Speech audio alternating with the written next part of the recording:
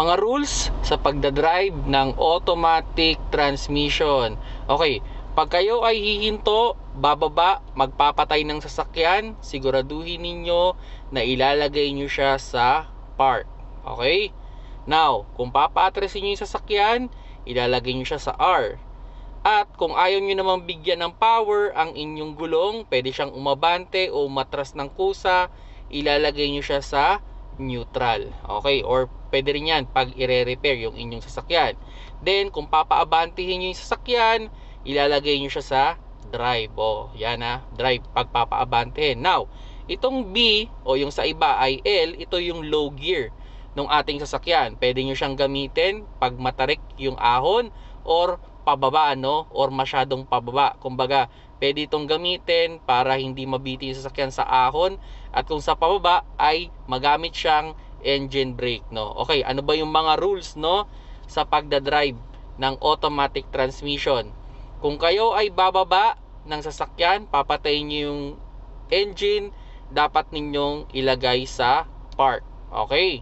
Now, kung kayo naman ay hindi nyo papatayin yung engine, nasa loob lang kayo ng sasakyan at gusto nyong mapahinga yung inyong paa, kailangan nyo lang i-apply yung handbrake, pwede nyong ilagay sa neutral. Okay?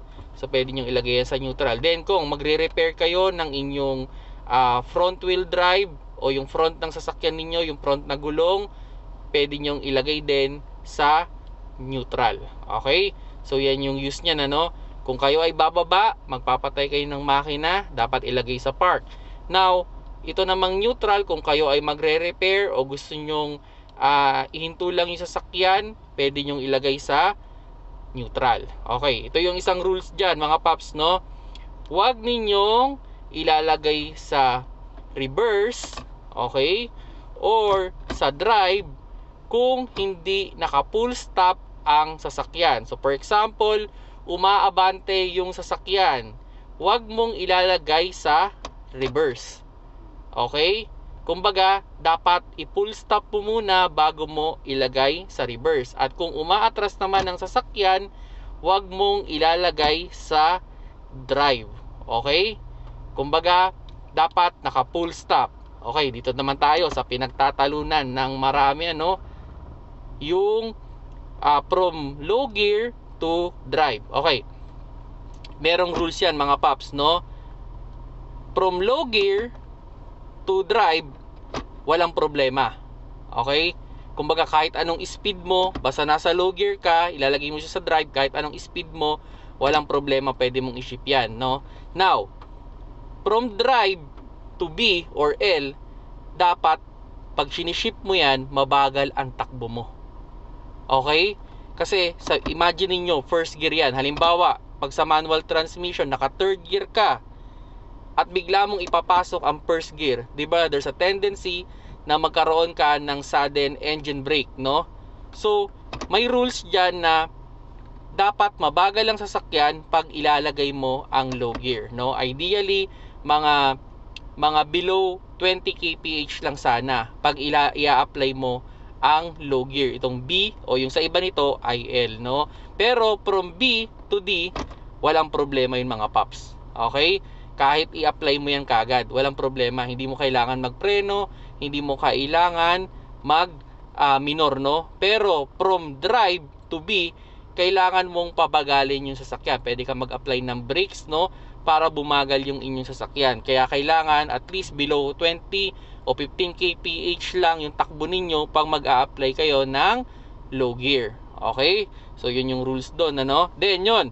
Pag kayo ay tumatakbo, okay, umaabante yung sasakyan ninyo, pababa man yan, huwag nyong ilalagay sa neutral. Hindi totoo na nakakatipid sa gasolina pag nilalagay sa neutral. Ang problema kasi niyan, mga paps, no, pag umaandar kayo at bigla nyong nilagay sa neutral, mawawalan kayo ng power o hindi nyo mabibigyan ng acceleration yung inyong sasakyan, no, pag nilagay nyo sa neutral. Ang hindi maganda diyan, mga paps, no, pag naka-neutral kayo at nilagay nyo siya bigla sa drive, there's a tendency na maka-experience kayo ng pwedeng sudden engine brake, pwedeng biglang bumagal yung inyong sasakyan, Okay? At pwedeng masira yung inyong transmission. Then yon, once na nakapark na yan mga paps, no, siguraduhin ninyo na i-apply ninyo ang inyong handbrake. Kasi pag hindi nyo in-apply ang handbrake ninyo at nakapark kayo,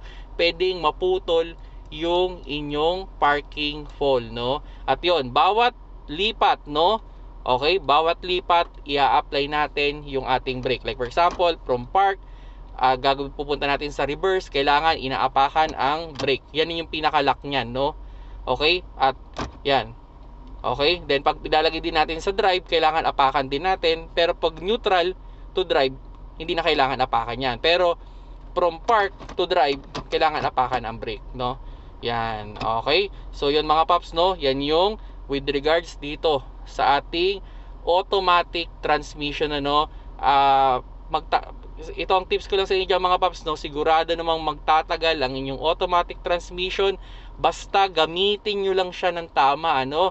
Yun nga, sabi ko nga kanina, wag ninyong ilalagay sa reverse pag umaabante pa ang sasakyan. Kailangan naka full stop. At wag nyong ilalagay sa drive kung sakaling umaatras pa yung sasakyan. Kailangan naka full stop. At pag kayo ay maglalagay sa park, siguraduhin ninyo na naka-engage yung handbrake, no? Kasi meron diyang mechanism na pwedeng maputol pag sinalo nung ating park o yung ating parking fall yung buong bigat ng sasakyan. Okay? So yun mga paps, no? Yan yung with regards dito. Again, dito sa B to D, pwede kayong mag B to D, walang problema. Pero pag D to B, dapat mabagal ang takbo ng inyong sasakyan. At huwag kayo mag-neutral habang umaandar ang sasakyan.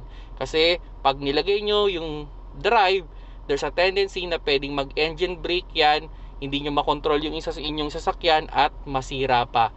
Okay? So yun yung mga rules dyan mga paps, no? Again, kung kayo ay bababa, dapat ilagay sa park. Now, kung gusto nyo magpahinga, na gusto nyo lang na bawa stop and go situation na traffic, gusto nyo magpahinga ng paa, pwede yung ilagay sa neutral, i-apply ninyo yung brake ay yung handbrake ninyo. Okay? Para makapagpahinga naman yung inyong paa. At hindi nyo na kailangan apakan yung inyong brake pedal. Okay? So yan na. Ito na yung pinaka basic mga paps, ha. So yung iba niya may makita pa kayong mga number or S, yung iba sports mode, yung iba naman slope ang pangalan nun. At meron ding makikita iba may number diyan, bawa 2, 3. So depende yan sa automatic transmission. Yung 2 means hanggang second gear lang yung iaakyat ng inyong gear. Pag 3, hanggang third gear lang yung iaakyat ng inyong gear. So sabihin natin pag nakatuyon, hanggang mga 20 to 30 kph lang yung maximum speed niya na kayang takbuhin. At pag naka number 3 naman, mga 30 to 40 kph yung maximum niyang kayang takbuhin. Else, pag pupwersahin mo yun, napakaingay na ng inyong makina. So yun mga paps, no, kung nagustuhan nyo yung video, paki-like at you can share this video especially sa mga nag-aaral pa lang ng automatic transmission na kotse. Salamat sa panonood. Keep safe mga paps.